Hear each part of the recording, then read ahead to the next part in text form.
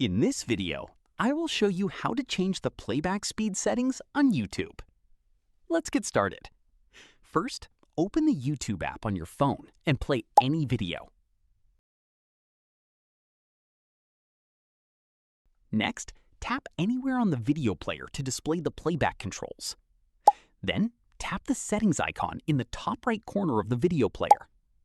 From the menu, select Playback Speed.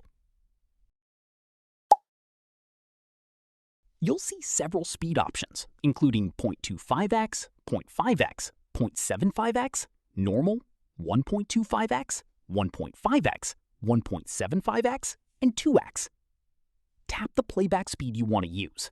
The video will immediately play at the selected speed. You can repeat these steps anytime to speed up or slow down YouTube videos based on your preference. That's it. You've successfully changed the playback speed settings on YouTube.